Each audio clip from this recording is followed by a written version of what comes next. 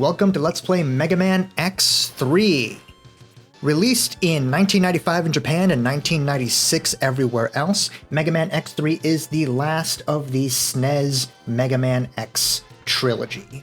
Unfortunately, I think it is the weakest of the trilogy. The Mega Man X trilogy has this unfortunate thing where every successive title is weaker, so Mega Man X2 is weaker than X1, and X3 is weaker than X2. Unfortunately, we have a little cutscene here where Mega Man is encountering a Reploid that's supposed to be a friend, but immediately stabs him in the back. Just a classic twist. This is going to introduce us into one of the big gimmicks of Mega Man X3, one of the big features of Mega Man X3, that unfortunately I think feels a little half-baked and is part of the reason why I think X3 is the weakest. There's a lot of reasons why I think X3 is the weakest of the trilogy, but this is going to be one of them. So X gets taken away right now, and Mac is going to teleport away, seemingly victorious. But we saw Zero earlier with a nice, fresh new sprite, and now we get to actually play as Zero ourselves for the first time in the Mega Man X series. He is part of a feature called Zero Change, where you will be able to play as Zero seemingly anytime you want. You have to play as him right now in the intro stage in order to get used to his controls and get used to the fact that you will have the opportunity to play as Zero if you want to. And then after this, it doesn't really explain it that well to you, but after this you can switch over from X to Zero basically seemingly anytime you want. But we'll talk about the many weaknesses of Zero Change and how it's not that great of a feature in this particular game.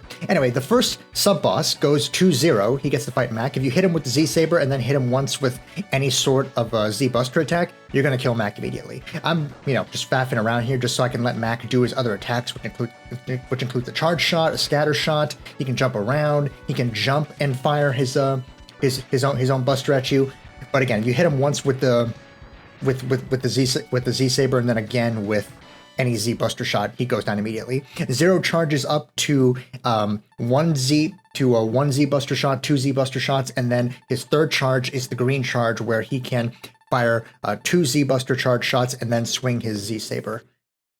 Very powerful, but obviously it has limited range. That is the downside to Zero's Beam Saber or Z-Saber technique.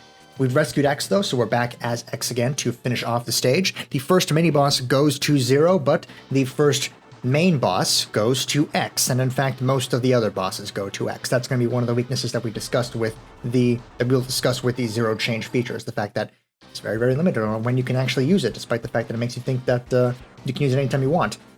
This boss, Mao the Giant, I think it's called.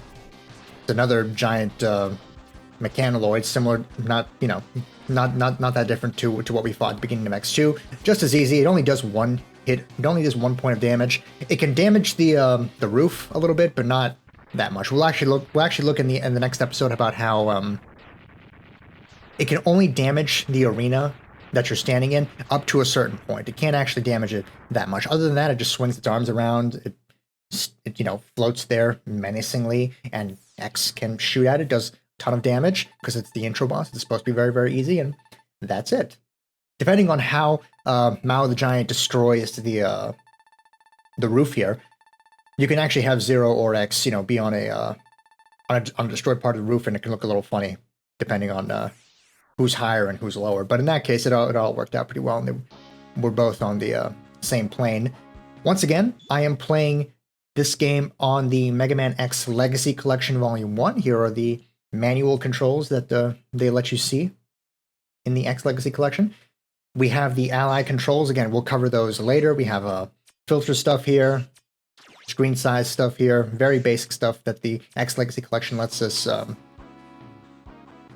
change for every single X game. Password system as always, but since this is the X Legacy Collection, playing on a PlayStation 5. This is the PlayStation 4 version of the Legacy Collection. I'm playing on a PlayStation 5.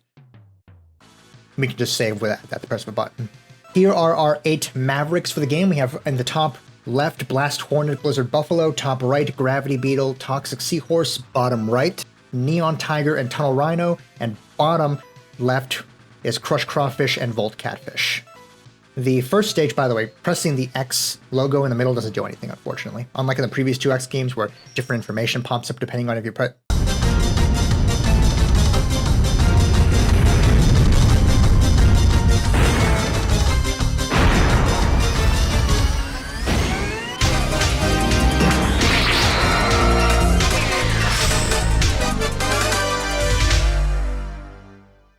Got interrupted there. I forgot that I included the FMVs from the second release of X3, which I'll cover in a little bit. There's so much to cover. Again, Mega Man X games have so much to talk about in solo time. Tunnel Rhino or Screw Masider if you're playing Rockman X3. Pressing the X logo in the main boss select screen unfortunately doesn't give you any extra info like it did in X1 or X2. Again, one of the ways that X3 is just a little lesser than X1 and even X2. I'm including all of the FMVs from the Sega Saturn PlayStation re-release of Mega Man X3. Because I think they're fantastic and they add something to the game having them, so I re-included them all.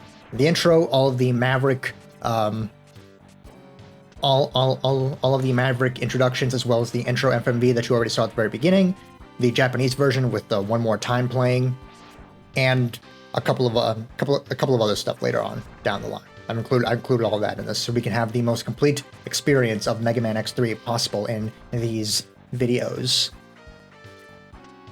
One of the reasons why Mega Man X3 is considered a little lesser compared to X2 and X1 is just how intense the difficulty spike is in this game. I went on and on about how X1 is really, really perfectly paced for people who are playing, for people who want to get into the Mega Man series or people who are just being introduced to games in general for the first time, how that intro stage is really well done and how, you know, all the stages are really well paced and really well created. This mini boss room, by the way, is going to be completely empty for now. We'll discuss this later on in the video.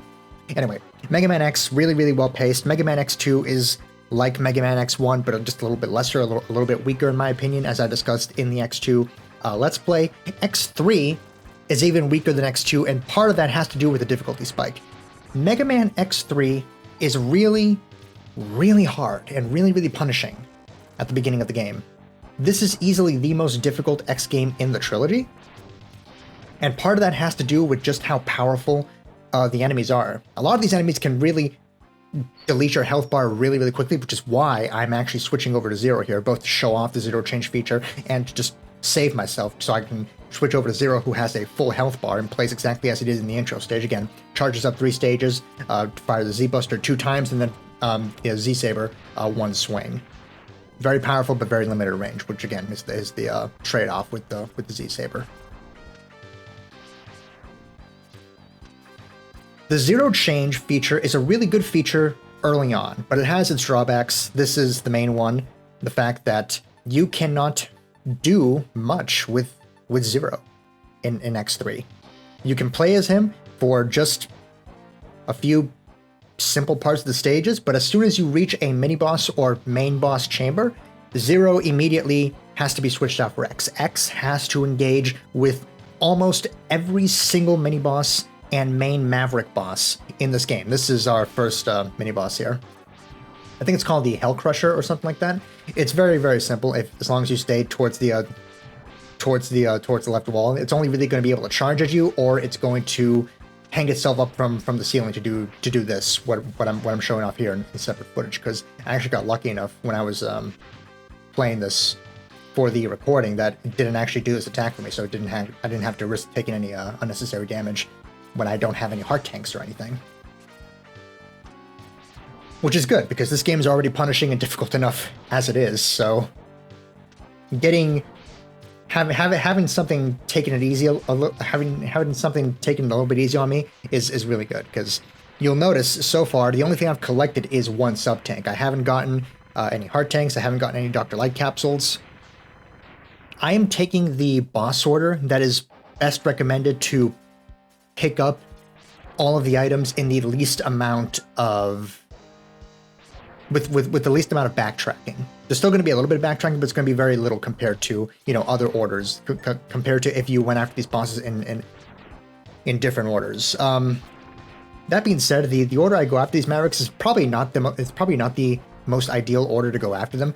Tunnel Rhino can be very punishing if you get unlucky. I actually get very, very lucky in how this fight goes, but he has a couple of ways that he can screw you over and do really, really big damage. And that's going to be the theme for a lot of the Mavericks in this game. And for a lot of the regular enemies in this game. They can do so much damage to you. I am playing as ideally as possible here, but they can do so much damage to you. It's so punishing until you get the body armor, and the body armor is not easy to get because it requires that you have both the arm parts and Gravity Beetle's weapon. There's also another way to get it, but it's really even less recommended than it's far less recommended doing it the other way. By the way, I'm spending time here filling up my sub tank because this game is really, really difficult. We're gonna be at the mercy of the difficulty spike that this game introduces for a while. We're gonna be taking massive damage from almost everything for a while. We're gonna be in danger of dying really, really fast for a while. Tunnel Rhino has a few attacks. He can charge, as should be obvious based on what this boss looks like. He has a couple of other tricks too, but I found that if you go after him really early on like I do, he doesn't really resort to those tricks. He will charge and he will sometimes fake you out. If he fakes you out, be careful, because, oh boy, he can do a lot of damage by making contact with you, and if he fakes you out, he's going to have a much higher chance of actually engaging in contact with you. When he's low on health, he has his desperation attack, which is going to be a slightly different version of the charge. You see, he did some damage to me by faking me out. He also has this he also has two range attacks that he's showing off right here. He didn't do them to me when I was fighting him in the actual recording, so I had to get that footage separately. His desperation attack, he is invincible while he charges until that weird little color effect goes away, and he will slam into the wall, knock you out of it, you know. Tunnel Rhino, compared to a lot of the other Mavericks in this game, is very easy as long as you fall into the right pattern with him and get lucky enough that he doesn't resort to using his ranged attacks. He will always resort to using his desperation attack, which is the charge with the psychedelic lighting all around him to imply that he's invincible, and he's going to always do his regular charge. But his other two attacks, we're actually going to see the name of it right now. His Tornado Fang attack, oh boy, couldn't say that correctly. His Tornado Fang attack. There we go. We're going to have another cutscene right now.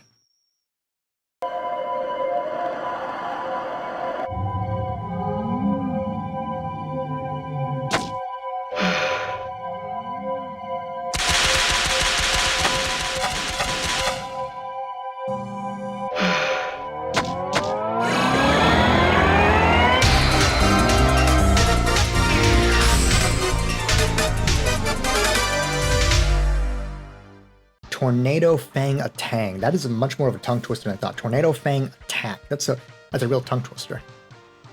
Anyway, he has two versions of the Tornado Fang Attack. Moving on, we have Blizzard Buffalo, or Frozen Buffaleo. You may have noticed in the FMV that his name is spelled incorrectly in the Western localized version. It's unfortunate. It's very unfortunate. I believe the animation company that created the FMVs, XBEC, I think it's called, XBEC Animation Studio. What else did they do? They did some stuff for, they did a lot of anime. Wow. I'll put the link in the description for all the other stuff that they did. But they did a lot of stuff before they went defunct in 2019, unfortunately.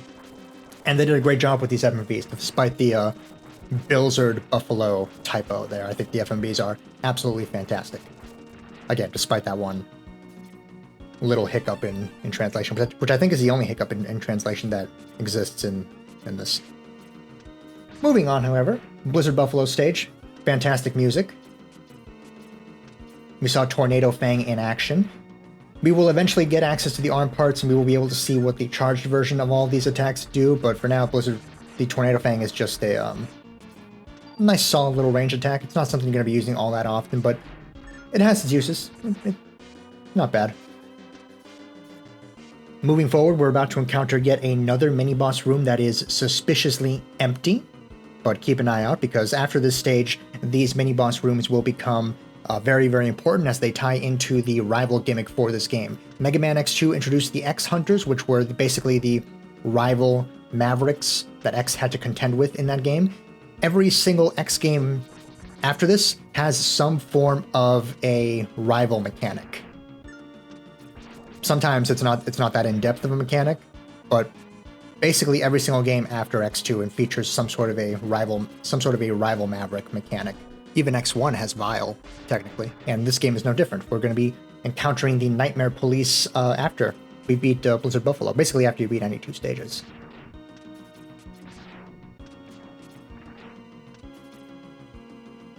One thing we talk about as we go through this nice Blizzard area, this nice visually dark little Blizzard area here, is just how long the intro for X3 is. It's very, by the way, making that jump was fantastic. I can't believe I did that in one try. Mega Man X3 has a very long intro. And, obviously I edited in some stuff in the beginning and, put in both the Sega Saturn PlayStation version of the opening with the FMV and, just the regular version of the opening, which is, all that text about how Dr. Doppler created a computer to cure everyone, but then everyone wasn't cured and riots and, stuff happened. It's a very long intro, very long-winded. I think of the initial X trilogy, only Mega Man X2 has what I would consider to be a very succinct, effective intro. Because X1 has somewhat of a boring intro with just that text from Dr. Light explaining what X is supposed to be. And then X3 has this very, very long thing about that builds up to Dr. Doppler and everything, describing all that when it probably didn't need to take that long to describe it all in the first place. Meanwhile, X2 has, just as much plot, I think, as X3, but gets through it in like half the time, or less than half the time, really. So I think of the initial X trilogy, it really is just X2 that has what I would consider to be an effective opening. That's not counting the scenes where the X Hunters are talking amongst themselves.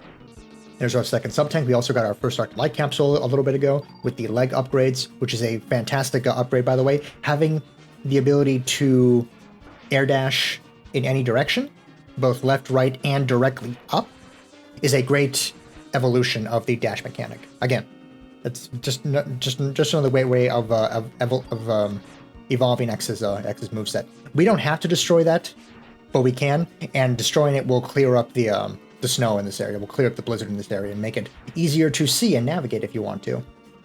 I'm just exploring here, going fast, because I'm just taking a look at what's changed now that the blizzard is gone. And again, you'll see that I'm getting my, well, quite frankly, I'm just getting my ass kicked. I'm losing a lot of health here, and I'm trying to grind for some more, but it's not going to go well at all.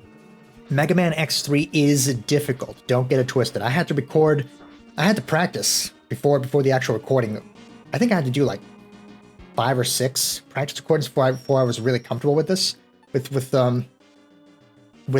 Mega Man X3 and could start actually properly recording it. Mega Man X3 is difficult. It's really, really difficult, but it's okay because we have Zero, and Zero will be able to back us up and help us lighten the load against Blizzard Buffalo. Never mind, like I said earlier, Zero cannot be used in boss fights or mini boss fights. As soon as you approach the boss door, you automatically switch over to X, which is unfortunate. X still has his awesome tire animation. I had to waste my one sub-tank, but it's okay, because in reality, this boss is pretty easy. Blizzard Buffalo is probably the boss I would recommend you go after first. I know a lot of people do go after Blizzard Buffalo first. I went for Tunnel Rhino first only because I'm going in the ideal order for collecting everything, but in reality, you probably want to go after Blizzard Buffalo first. If he charges at you while his horns are glowing, he will grab you and slam you into a wall. Otherwise, he's just going to try and ram you as he dashes across this very long arena. He has 2 projectile attacks. This one, this ice beam that doesn't actually damage you but does freeze you in place. You can break out of it before Blizzard Buffalo gets to you. He didn't even ram into me, which is crazy because he had the opening. This is his second projectile attack where he shoots little chunks of ice at you. The chunks of ice are very difficult to deal with. They are probably his most annoying attack of the bunch. Unlike Tunnel Rhino, he doesn't have a desperation attack, so he doesn't switch up his strategy when he gets close to death. Unlike Tunnel Rhino, he doesn't have like a hyper dash where he's invincible or anything. He just sticks to the same strategy from full health until he is dead, and it's probably why a lot of people like going after Blizzard Buffalo first. That and the fact that, he just doesn't do that much damage compared to other bosses, so he is, in reality, quite easy to deal with.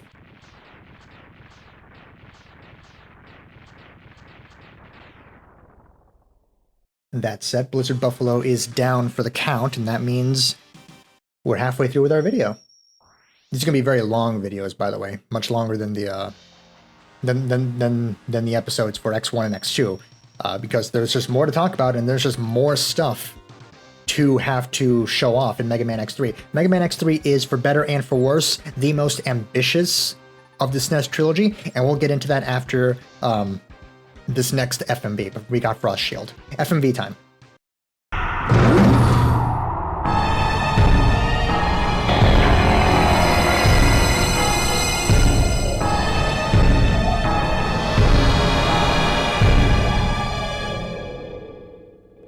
Okay, so as I was saying, Mega Man X3 is, for better and for worse, the most ambitious of the Mega Man X SNES trilogy. We're being introduced to our rival characters here, our rival Mavericks that we'll need to contend with.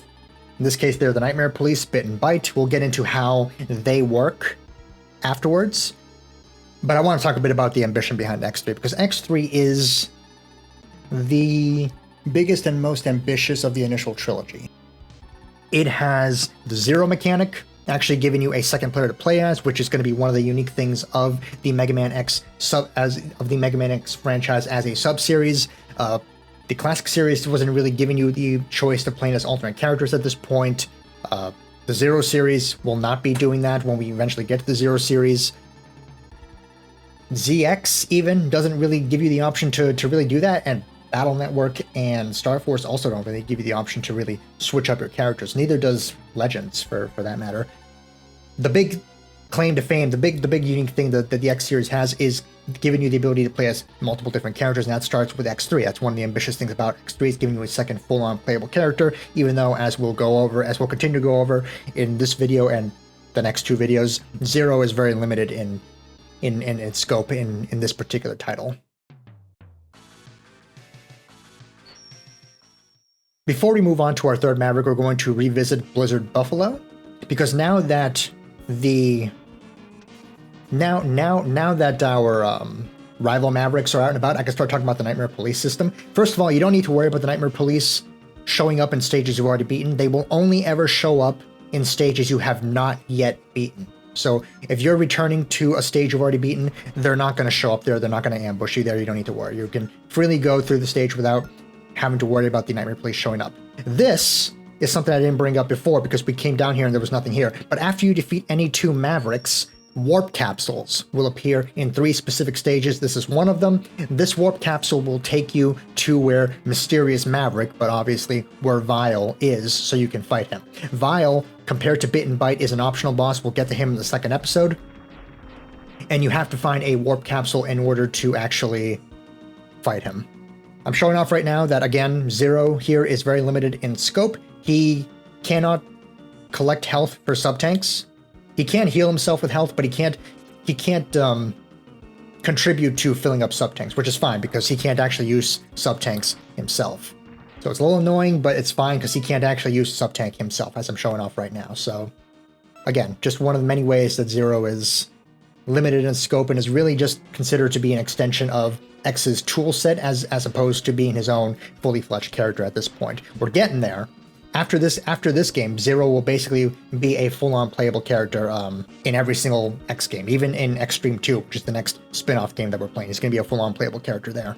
And as you saw earlier, Zero can't interact with the warp capsules. This is another crazy thing, though. Even though we've already beaten Blizzard Buffalo, we still have to switch over to X in order to actually enter the door. It's stupid, honestly. But that's the way it is. Also, Dark Light capsules disappear after you collect them. Anyway, we'll talk more about how Vile works in the next video. For now, let's start Stage 3.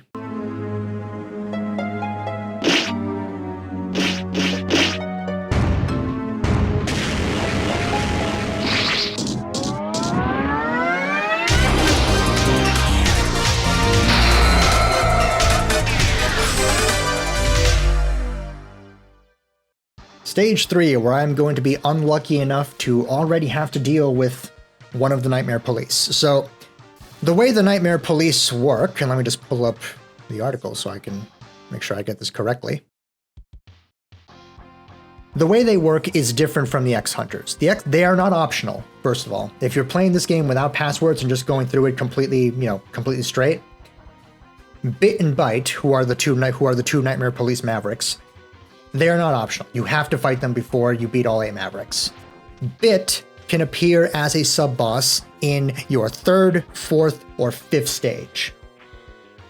So it doesn't matter what stages specifically you're playing, Bit will show up in the 3rd, 4th, or 5th stage as a sub-boss that you have to fight.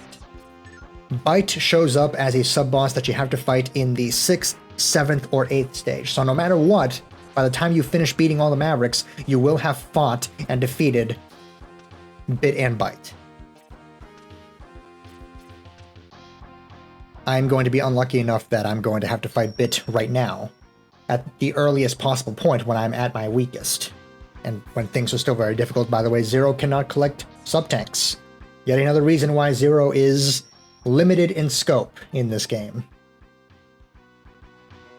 He cannot collect almost everything that you need in this game in order to 100% it. Speaking of collectibles, by the way, X3 has the most collectibles of the initial X trilogy, and the most from most of the most collectibles in the majority of the X games, I think. Because even when we get to X4 and X5 and X6, I think those games have less collectibles than X3, but I could be wrong about that. When we actually get to them, we'll actually be able to see the collectibles guides and see, how much stuff there's in total. But in this game, counting the warp capsules, which I do, there are a total of 29 different collectibles, which is really crazy for a game like this. It's very ambitious and large in scope. And again, one of the reasons why this game is both good and bad. This, by the way, I'm showing off that one of the great things about the Frost Shield is that every time you destroy an enemy with a Frost Shield, they will always drop health. Frost Shield is your way of filling up sub-tanks quickly. There is no special secret rooms like in X2 where you can get lots of health for free and fill up your sub-tanks fast. But you can use Frost Shield, Blizzard Buffalo's weapon, who again is a very easy boss to take on.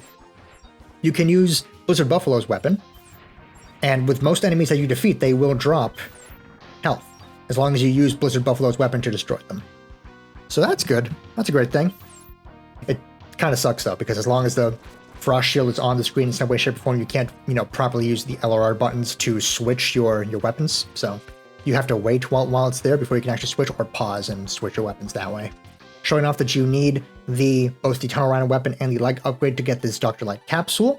This is going to be our arm parts, our buster upgrade for the game. This is going to let us charge up our special weapons and charge up our X-Buster to new, ridiculously powerful heights. But compared to the arm parts in X2, the arm parts in X3 I don't think are as good. I think they course corrected based on the fact of just how powerful and broken the X2 arm parts are in X2. So in X3, they're much less useful comparatively.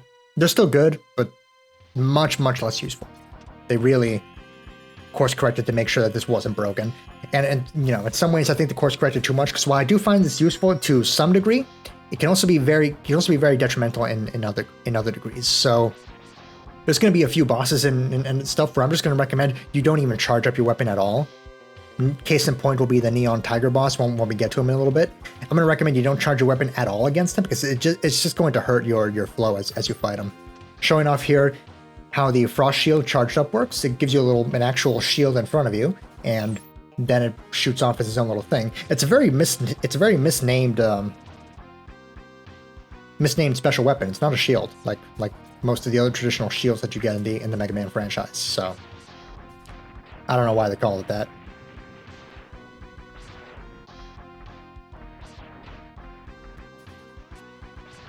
Moving on, though, we're about to fight the sub-boss for Neon Tiger stage, which is weak to Frost Shield. It has another weakness as well, but we'll cover that once we actually get the specific Mavericks power in the second episode.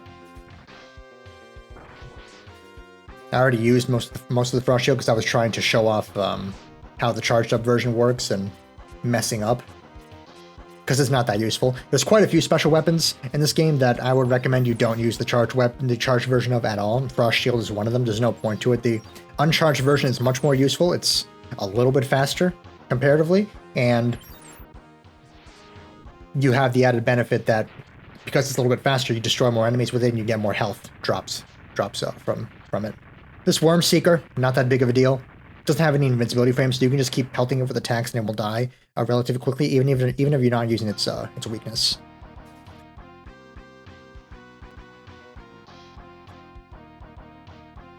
Continuing on though, this is going to be a very long stage because every single stage in this game has a by the way, I'm showing off here that the arm parts have a secondary effect. I was showing off that the arm parts have a secondary effect. That's what I was showing off there. The arm parts have a secondary effect that lets you climb up ladders faster. It's a very weird secondary effect for the arm parts, but you will notice climbing up ladders without the arm parts versus climbing up ladders with the arm parts, it's faster with the arm parts. It's such a weird little thing.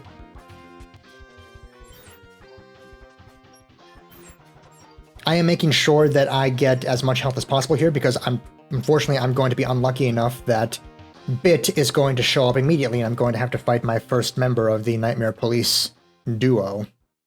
Bit has two weaknesses. One of them is Frost Shield. I'll go over the other weakness when we actually get his power later on. I'm going to fight him in a very specific way. I'm going to use his weakness at first because I have, not that much health because I got unlucky enough to fight him as early on as possible. So I'm going to use his weakness. By the way, this is part of the reason why I take the order that I take, so that no matter what, I have one of Bit's weaknesses in case I'm unlucky enough to fight him at the earliest point possible.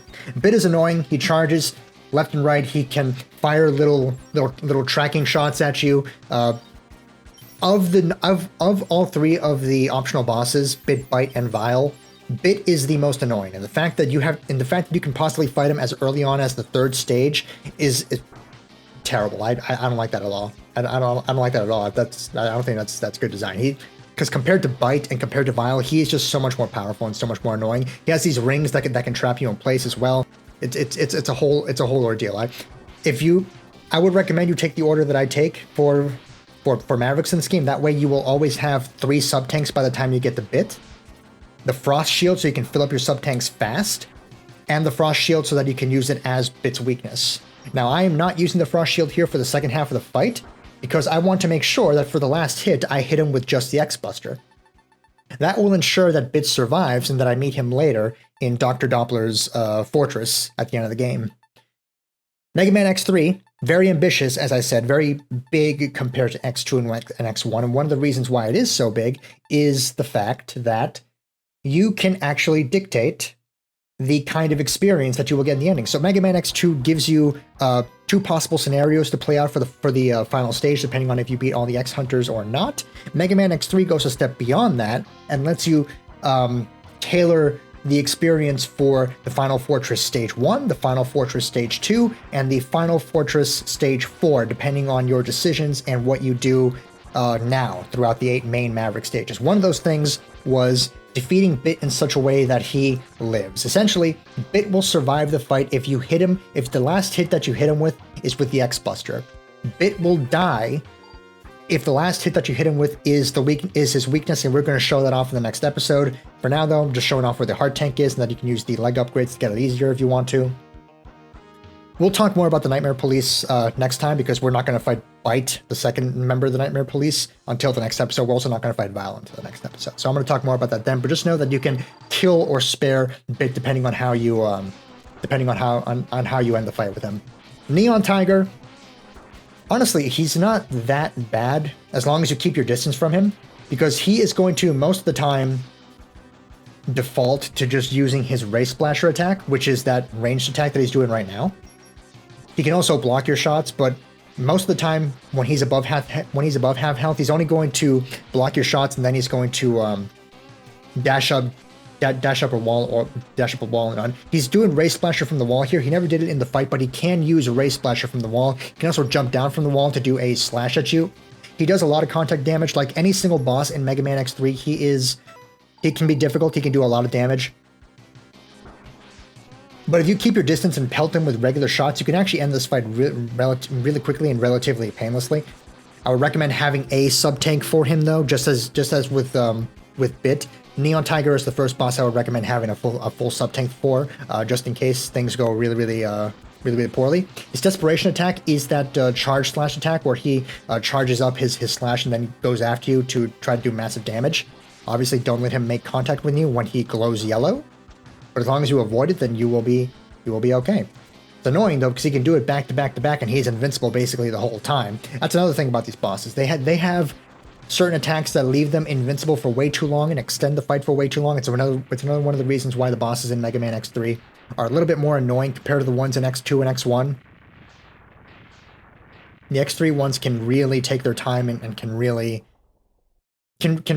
cost you if you're not patient and you're not prepared to be patient during some portions of the fight, like that portion with Neon Tiger where he was just using his desperation attack over and over. He eventually stops, but he can do it back to back to back constantly. It can be very, very annoying.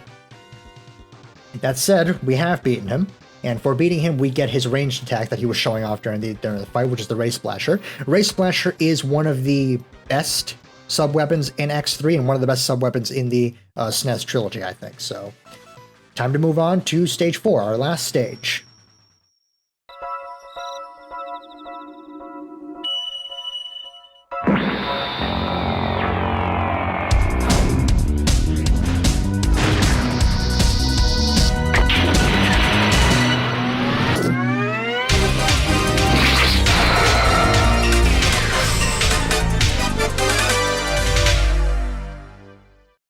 Gravity Beetle will be our last stage, and real quick, I mentioned that the PlayStation and Sega Saturn version came out in 1996 in Japan and in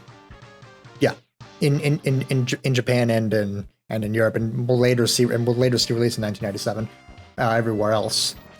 I would ultimately recommend the SNES version over the PlayStation and Sega Saturn version. I mean, obviously the PlayStation Sega Saturn version had the advantage of the very nice FMVs, but aside from the fact that the SNES version is what is available on the Legacy Collection, I think the SNES version just has the better soundtrack, the superior version of the soundtrack, and superior sound effects compared to the PlayStation Sega Saturn version.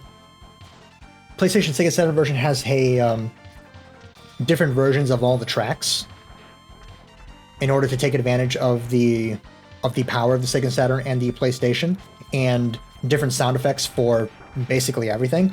And ultimately, I think it's to its detriment because it still uses the exact same sprite art from the original SNES release. So, real quick, by the way, Ray Splasher Uncharged is amazing. Charged version of Ray Splasher sucks. These crates is something that we will cover in the next video, but essentially you have to beat another boss in order for these crates to disappear. This is the return of the stages changing depending on which boss you beat beforehand gimmick from X1, returning sort of, kind of, a little bit in Mega Man X3.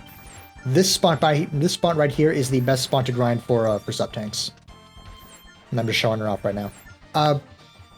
So yeah, ultimately I would recommend playing the SNES version over the PlayStation Sega Saturn version, but that being said, the Legacy Collection should have included all of the PlayStation Sega Saturn content. The content. That includes the FMVs. The FMVs are not in the Legacy Collection. I had to go digging around on the internet to find all the FMVs for the from the PlayStation Sega Saturn version. It's very annoying. I really wish the Legacy Collection did a better job of collecting everything about the Mega Man X series. It doesn't collect the sub-games, Extreme or Extreme 2 or Command Mission. It doesn't collect the PlayStation/Sega Saturn version of X3. It does the bare minimum in a lot of ways, which I'm not a fan of. And we'll get to eventually once we start discussing the Legacy Collection further. By the way, Zero cannot enter into boss arenas where the Nightmare Police could potentially show up. Even if the Nightmare Police don't show up, Zero cannot enter a mini-boss room where you can fight a member of the Nightmare Police. That was a Nightmare Police room where Bit or Byte can show up. We'll talk about what I just collected in a second, but that was a Nightmare Police room where Bit or Byte can show up, and Zero can't go in there. Even if there is no chance that Bit or Byte will show up, Zero can't go in there. It's the same thing with the boss room after you beat the stage. It's ridiculous and kind of annoying.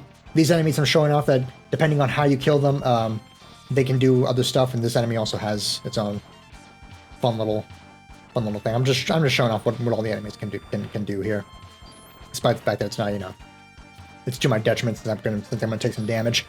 Anyway, The thing that I just collected a few seconds ago, that little emblem with the F on it, is a ride armor variant. There are 4 different kinds of ride armor in this game. We're going to get into in the next episode, because the next episode will actually unlock the ride armor, and I'll go over, you know, again, the ambition of Mega Man X3, but the limited nature of the execution of that ambition, and part of that is the ride armors. The ride armors are a great idea in concept, being able to have this stuff that you can use in most any stage, because most every stage that we visited, except for Tunnel Rhinos in the intros, has little special platforms, and we'll see one in just a few seconds once we go up this elevator, where you can call in a ride armor if you have them.